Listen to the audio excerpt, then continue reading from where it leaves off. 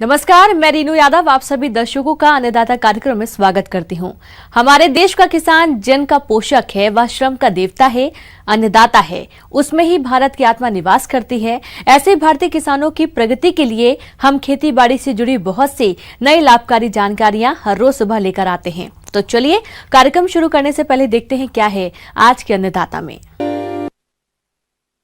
कुछ दशक पहले तक पारंपरिक तरीके से खेती होती थी, जिसमें पशुओं का भी खासा योगदान था। उनके लिए भी चारा चाहिए होता था। उस समय गेहूं और धान के विशेष चारे के रूप में इस्तेमाल होते थे। आज खेती में कृषि मशीनों का चलन बढ़ गया है। नए नए हार्वेस्टर, रीपर जैसी फसल काटने की मशीनें आ गई हैं, जो फसल में फल वाले ऊपरी हिस्से को काट देती है और बाकी नीचे फसल का पूरा तना बच जाता है, जिसे फसल अवशेष मानकर जलाया जाता है, जो कि कानूनी तौर पर सही नहीं है। इससे पर्यावरण के साथ साथ मिट्टी को भी नुकसान होता है। सवाल उठता है कि पराली के जंजाल से कैसे निपटा जाए। तो इस बारे में उचित सलाह दे रहे हैं विषय विशेषज्ञ डॉक्टर के सिंह। आज हम लोग पराली प्रबंधन, जो कृषि अवशेष रहते हैं, फसल अवशेष, उसके प्रबंधन पर बात करेंगे, चर्चा करेंगे। आप लोग जानते हैं कि पहले हम लोग फसलों की कटाई मुख्य रूप से धान की मानव द्वारा होती थी, हंसिया से होती थी, जिससे कि फसल को नीचे से काट लिया जाता था, कोई समस्या नहीं होती थी। अब मज़दूरों की समस्या हो गई है, मज़दूरों की कमी हो गई है और हम लोग अब कंबाइन हार्वेस्टर के ऊपर निर्भर करते हैं। कंबाइन हार्वेस्टर जब फसल काटता है तो अवशेष को ऊपर तक छोड़ देता है और एक बड़ी समस्या उत्पन्न कर रहा है। देश में प्रतिवर्ष लगभग 620 मिलियन टन कृषि अवशेष उत्पन्न होता है, लेकिन ये दुर्भाग्य की बात है कि लगभग 140 मिलियन टन पराली हम खेतों में ही जला देते हैं, जिससे कि बहुत तरह के नुकसान होते हैं। अगर हम इसको जलाते हैं तो मिट्टी की गुणवत्ता पर भी बुरा असर पड़ता है। इससे जो हमारे माइक्रोब्स हैं, जो कि सूक्ष्म जीवाणु जो मिट्टी के लिए लाभदायक हैं, वो भी जल जाते हैं, वो भी मर जाते हैं। इससे उनका नुकसान हो जाता है। पराली जलाने से carbon dioxide gas, carbon monoxide gas, nitrogen oxide, ethylene, nitrous oxide और बहुत तरह की जहरीली गैस निकलती है, जो कि हवा में मिल जाती है और हवा में मिलने से जब हम सांस लेते हैं तो सांस के द्वारा शरीर में जाती है। इससे श्वास संबंधित विभिन्न बीमारियां जैसे खांसी, अस्थमा, ब्रोंकाइटिस और आंखों एवं त्वचा से संबंधित बहुत सारी बीमारियां होती हैं। किसान भाइयों, अभी आपने देखा कि इन कृषि अवशेषों को जलाने से जमीन और मानव स्वास्थ्य पर कितना बुरा प्रभाव पड़ रहा है। तो इसी बात को ध्यान में रखते हुए आप इन कृषि अवशेषों को जलाए बिना खेतों में ही किस तरह से करें फसल अवशेषों का प्रबंधन, आइए जानते हैं। इन समस्याओं से निपटने के लिए हमें पराली प्रबंधन करना बहुत ही आवश्यक है। पराली का उपयोग आमतौर पर हम पशुओं के चारे के रूप में या कंपोस्टिंग के लिए या ईंधन के रूप में या गांव में जो झोपड़ी बनाते हैं उसके लिए उपयोग में लाते हैं। अब अगर हम बात करें, 1 टन पराली में 5.5 KG nitrogen, 2.3 KG potassium pentoxide, 25 KG potassium oxide, 1.2 KG sulphur, micro nutrient और 400 केजी कार्बन संग्रहित होता है, जो कि मिट्टी के लिए काफ़ी लाभदायक होता है। इसका एक समुचित प्रबंधन मैकेनाइजेशन, मशीनीकरण द्वारा किया जा सकता है। पराली का खेत में ही प्रबंधन कर लें, जो इन सीटू मैनेजमेंट कहते हैं।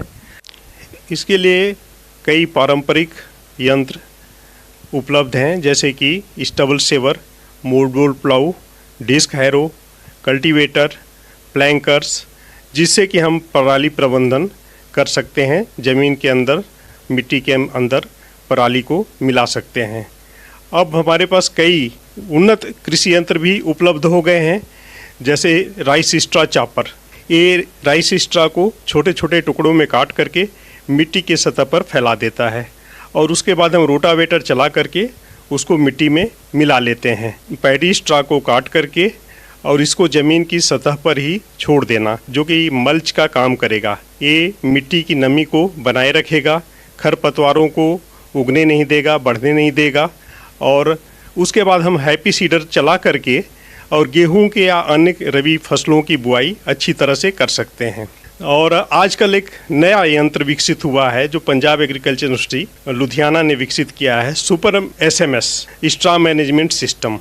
ये कंबाइन हार्वेस्टर के पीछे फिट हो जाता है और पराली को छोटे छोटे टुकड़ों में काट करके मिट्टी के सतह पर फैला देता है और उसके बाद हम उसको रोटावेटर चला करके या तो मिट्टी में मिला लें या हम उसको मल्च के रूप में वहाँ पर छोड़ दें, जिसके बाद हम बुआई गेहूं की या अन्य रबी फसलों की कर सकते हैं। या इसका स्ट्रा बेलर भी आजकल कमर्शियली अवेलेबल है।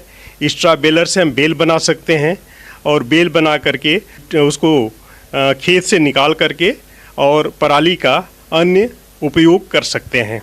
तो इस तरह से हम इन सीटू मैनेजमेंट पराली का अच्छी तरह से कर सकते हैं। जिन मशीनों के बारे में मैंने आपको बताया है पराली प्रबंधन से संबंधित, उन मशीनों पर केंद्र सरकार और राज्य सरकार सब्सिडी भी दे रही हैं। 40% सब्सिडी तो हमेशा ही होती है इस पर, लेकिन अगर पराली प्रबंधन पर 10-20% स्टेट गवर्नमेंट का और टॉपअप भी होता है। और स्टेट गवर्नमेंट सब मिशन ऑन एग्रीकल्चर मैकेनाइजेशन एक स्कीम है, इसके तहत ये अनुदान दिया जाता है। और स्टेट गवर्नमेंट समय समय पर ऑनलाइन एप्लीकेशन इनवाइट करते हैं, आप उसमें अप्लाई कर सकते हैं। Directorate of agriculture engineering, directorate of agriculture जो आपके स्टेट में है, उसके संपर्क में रहें। मैं किसान भाइयों से, ख़ास तौर से युवाओं से ये अनुरोध करना चाहूँगा कि आप पराली को जलाने के बजाय सदुपयोग करें उसका, इसके बजाय कि उसको हम जलाएं। तो आप लोग इससे स्वरोजगार एक स्थापित करें, उद्यम स्थापित करें, जिससे कि आपको वेल्थ मिले और आपका हेल्थ, मिट्टी का हेल्थ, सभी कुछ बना रहे। चलिए रुख करते हैं अगली कड़ी की ओर। अपने राज्य में आलू की खेती की जाती है और जिन किसान भाइयों के खेत देरी से खाली हुए हैं वह आलू की पछेती किस्मों का चयन कर जल्दी से जल्दी बुवाई करें। लेकिन आलू का अधिक उत्पादन प्राप्त करने के लिए बुवाई के समय अपनाई जाने वाली कुछ तकनीकी बातों पर ध्यान देना होगा, जिसके बारे में विस्तार से बता रहे हैं जवाहरलाल नेहरू कृषि विश्वविद्यालय जबलपुर के डॉक्टर CS पांडे। भारत में आलू का उत्पादन मुख्यतः सब्जी के लिए किया जाता है। यहाँ कुल उत्पादन का करीब 90% सब्जी के रूप में प्रयोग किया जाता है। इसके अतिरिक्त इससे अच्छे प्रकार का स्टार्च और अच्छा प्रोटीन भी मिलता है। किसान भाइयों, आज हम आलू की खेती के विषय में आपसे चर्चा करना चाह रहे हैं। जैसा कि आप जानते हैं कि आलू एक महत्वपूर्ण फसल है, इसलिए आलू का विशेष महत्व है। आलू पूरे साल भर खाई जाती है। आलू एक ऐसी फसल है जिसकी मांग पूरे साल भर बनी रहती है, इसलिए आलू की उन्नत तकनीक से परिचित होना आपका बहुत आवश्यक है। आज हम इस विषय पर चर्चा करना चाहेंगे। तो सबसे पहले तो ये कि भूमि का चुनाव और खेत की तैयारी। तो भूमि जैसी कि आलू ज़मीन के अंदर बनती है, तो आलू के लिए दोमट भूमि, बलुई दोमट भूमि या क्ले-लोम, इस प्रकार की जो भूमियां हैं ये उपयुक्त होती हैं, जिसमें कि पर्याप्त जीवांश होना चाहिए। pH मान 5.5 या 6 से 7.5 के बीच में होना चाहिए। ये तो आपकी भूमि की बात हो गई। उसकी तैयारी करने के लिए भूमि की अच्छी से जुताई करें 3-4 बार कल्टीवेटर द्वारा या हैरो द्वारा। उसके बाद पाटा चला दें। मिट्टी भुरभुरी हो जानी चाहिए। आलू की खेती के लिए बहुत आवश्यक है कि मिट्टी का भुरभुरापन होना बहुत जरूरी है। तो एक अच्छी टिलच कंडीशन आपको मिल जानी चाहिए।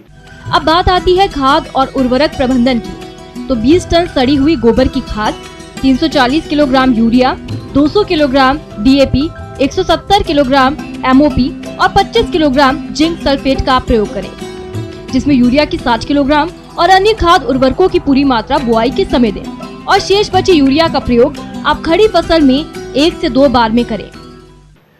उसके बाद बात आती है कि आलू में एक जहाँ तक जलवायु की बात होती है, तो जलवायु में सबसे मेजर पॉइंट ये है, सबसे मुख्य बात ये है कि आलू का जो ट्यूबर कंद बनता है उसके लिए सबसे जो बेस्ट टेम्परेचर होता है वो 20 डिग्री सेंटीग्रेड का होता है। अगर यही टेम्परेचर 29 डिग्री सेंटीग्रेड के ऊपर चला जाता है तो ट्यूबर का बनना बंद हो जाता है, वानस्पतिक ग्रोथ अच्छी होती है। तो ये ध्यान रखें कि 20 डिग्री सेंटीग्रेड के आसपास ही जो है जलवायु की जो बात है तो तापमान ये होना चाहिए। आजकल बहुत सी ऐसी प्रजातियां हैं जो पछेती प्रजाति है जिसमें कि लंबे समय तक उसको टाइम मिल जाता है, तो उससे 400 से 500 कुंतल प्रति हेक्टेयर जो उत्पादन है यील्ड मिल जाती है। और आपके क्षेत्र विशेष में जिस प्रकार की बीमारी का ज़्यादा प्रकोप होता है उसको दृष्टिगत रखते हुए उसी प्रकार की ही प्रजाति का आप चयन करके, जहाँ तक बुआई का समय है आलू की जो बुआई है 15 नवंबर से लेकर 15 दिसंबर तक पछेती आप बुआई जो मेड़ों पे कर दें उस समय, तो इसके अनुसार आप इसकी बुआई कर सकते हैं और अपनी अच्छी फसल आप ले सकते हैं। जहां तक बीज दर की बात है तो 30 से 35 कुंतल प्रति हेक्टेयर कंदों की आवश्यकता पड़ती है। किसान भाइयों, कंदों को रोगों से बचाने के लिए मैंकोजेब 2 ग्राम दवा को प्रति लीटर पानी में घोलकर कंदों को 10 मिनट तक डूबा रहने दें और उसके बाद इनको निकालकर छायादार स्थान पर फैला दें। इससे इसकी परत कंदों पर सूख जाएगी। उनके बाद इनकी बुआई करें। किसान भाइयों, कंदों की बुआई लाइनों में करें, जिसमें लाइन से लाइन 40 से 50 सेंटीमीटर और पौध से पौध 20 से 25 सेंटीमीटर की दूरी रखते हुए पोटैटो प्लांटर की सहायता से या हाथों से बीजों की बुआई करें। तो करीब 1 महीने बुआई उसकी हो चुकी है और करीब 15 से 20 सेंटीमीटर उसकी हाइट हो चुकी है, तो जिसमें किसान को अर्थिंग इस समय आवश्यक है, उसको करना चाहिए। किसान भाई अभी तो वैसे अभी पाला की कंडीशन नहीं है, लेकिन यदि ठंड बढ़ती जा रही है और पाले का प्रकोप हो रहा है तो आप उसमें सिंचाई नंबर 1 जो आपके पास अगर पानी की सुविधा है तो आप सिंचाई करें, तो पानी पर्याप्त होने पे उस पाले का उतना असर नहीं पड़ता है। तो यदि सब चीज़ें सामान्य रही, आपने सारी चीज़ें की हैं, तो आराम से आपको 400 से 500 कुंतल यील्ड आलू की मिल जाएगी। बढ़ते हैं अगली प्रस्तुति की ओर। अन्नदाता हेल्पलाइन निःशुल्क फोन संपर्क सेवा के माध्यम से आपके द्वारा पूछे गए प्रश्नों में से 1 या 2 महत्वपूर्ण प्रश्नों को हम अपने कार्यक्रम में शामिल करते हैं और इसी के तहत आज का चयनित प्रश्न और उसका जवाब इस प्रकार है।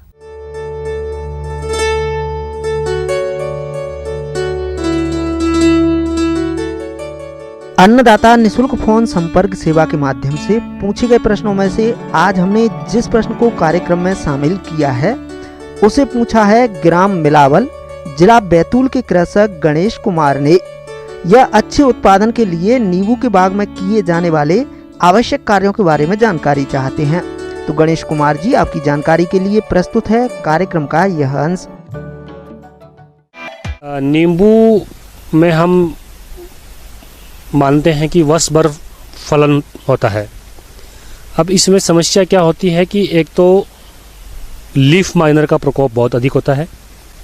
लीफ माइनर को ऐसे समझें कि ऊपर से वो क्लोरोफिल को खाती रहती है, माइंस बना देती है पत्ती के ऊपर से, जो हमको सफ़ेद टेढ़े मेढ़े लाइनों के रूप में दिखते हैं। तो एक तो इसमें लीफ माइनर की बहुत अधिक समस्या होती है। तो लीफ माइनर के लिए हम बात करते हैं तो उसके लिए उसका जो कंट्रोल होगा, हम उसमें एसीफेट का स्प्रे कर देंगे तो उसका हम कंट्रोल कर सकते हैं। नींबू के बाग में इस कीट के अलावा कई तरह के रोगों का प्रकोप भी होता रहता है, जिनको पहचान कर समय पर नियंत्रण करना जरूरी है। यदि समय पर इन रोगों का नियंत्रण नहीं किया गया तो आपको नींबू के बाग से उत्पादन के नाम पर कुछ भी नहीं मिलेगा। इसके अलावा सिट्रस कैंकर जो होता है, सिट्रस कैंकर की भी बहुत अधिक समस्या होती है। सिट्रस कैंकर में क्या होता है कि पहले पत्तियां में जो जंग जैसे धब्बे हो जाते हैं गोल, उसके बाद में यदि प्रकोप अधिक होता है तो फलों पे भी वैसे ही गोल जंग जैसे भूरे रंग के धब्बे दिखाई देते हैं। नींबू का कैंकर रोग मुख्यतः नींबू की पत्तियां, टहनी और फलों को प्रभावित करता है। पेड़ के इन भागों पर छोटे छोटे पीले धब्बे बनते हैं जो बाद में भूरे खुरदुरे हो जाते हैं, जिससे पत्तियां भोजन नहीं बना पाती और फलों की क्वालिटी खराब हो जाती है। ऐसे फलों का बाजार में कोई मूल्य नहीं मिलता है। तो सिट्रस कैंकर के नियंत्रण के लिए हम करते हैं एक तो कोई भी बैक्टीरियासाइड, क्योंकि ये बैक्टीरिया से तो है सिट्रस कैंकर, तो कोई भी बैक्टीरिया स्ट्रेप्टोसाइक्लिन है या आजकल एक बैक्टीरियानाशक नाम से भी एक दवाई आती है, उसका हम 2.5 ग्राम प्रति 10 लीटर पानी में मिला के और उसका स्प्रे करेंगे। साथ में इसका 2 ग्राम प्रति लीटर COC भी उसमें मिला के स्प्रे कर देंगे तो इसका अच्छी तरीके से नियंत्रण हो जाएगा। और एक इसमें होता है डाइबैक। जो डाइबैक है, डाइबैक के लिए हम क्या करेंगे कि क्योंकि ये उसको बोलते हैं हम उल्टा सूखा रोग। तो इसमें जो शाखाएं हैं ऊपर से सूखना शुरू होती है। तो एक तो जो भी शाखाएं सूखी हुई है उससे थोड़ा सा हरा पोर्शन को छोड़ते हुए उसको काट देते हैं और उसके ऊपर बोर्डो पेस्ट COC का लेप कर देते हैं। और ध्यान ये रखते हैं कि बगीचे में हम फ्रिक्वेंटली विजिट करते रहें। उसमें हमको जैसे ही कोई रोग ग्रसित या कीटनाशक से ग्रसित कोई भी पार्ट दिखे पौधे का तो उसको हम हटा दें। स्प्रे समय समय पर करते रहें। बगीचे में साफ़ सफाई रखें हैं। नीचे घास फूस नहीं रहें, पत्तियां जो इसकी शाखाएं हैं वो ज़मीन से टच नहीं करें। तो इस तरह से हम इसका फ्रिक्वेंटली विजिट करते रहेंगे तो हम इसके नुकसान से बच जाएंगे। नींबू के बाग में फलों का फटना एक गंभीर समस्या है। फटे हुए फल शीघ्र ही बीमारियों से ग्रसित हो जाते हैं और उपयोग के लायक नहीं रहते, जिससे बागवान भाइयों को काफी नुकसान उठाना पड़ता है। नींबू के फलों को फटने से रोकने के लिए समय समय पर बाग में सिंचाई करें। बाग में सूक्ष्म पोषक तत्वों का प्रयोग करें। इसके अलावा नींबू के बाग में बोरेक्स 3 ग्राम प्रति लीटर पानी की दर से घोल बनाकर छिड़काव करें। एक नींबू के बगीचे में ये भी ध्यान रखना चाहिए कि ट्रनिंग प्रूनिंग उसमें बराबर करते रहना चाहिए। टर्निंग प्रूनिंग में बस केवल इतना ध्यान रखते हैं कि एक तो उन शाखाओं को काटते हैं जो आपस में रगड़ खाती हो, और एक ऐसी शाखाओं को काटते हैं जो सूख गई हो या रोगग्रसित हो। और एक इसमें विशेष जो ध्यान रखने वाली बात यह है कि नींबू में शुरुआत में जब हम बगीचा लगाते हैं तो उसमें एक वाटर सकर्स जिसको हम बोलते हैं कि जो मुख्य तना है उसके नज़दीक से ही एक एकदम सीधी नई फुटान दिखती है। उसका पहचान ये है कि एक तो एकदम सीधी होगी और एकदम हरी होगी, लस ग्रीन जिसको बोलते हैं। तो उस तरह की शाखाओं को हम वाटर सकर्स बोलते हैं। उनको भी हम बराबर समय समय में काटते रहना चाहिए, क्योंकि उस शाखा में कभी फल नहीं आते, फूल नहीं आते, और वो पौधे का जो न्यूट्रिएंट्स हैं वो भी लेती रहती है, तो वो बेकार जाता है। इसलिए ये भी एक विशेष ध्यान रखने वाली बात है। तो ये यदि हम करते हैं किसान भाई इस तरीके से नींबू के बगीचे में, तो अच्छी पैदावार ले सकते हैं। आइए अब एक नजर डालते हैं राज्य के कुछ चुनी हुई मंडियों के प्रमुख फसलों के बाजार भाव पर।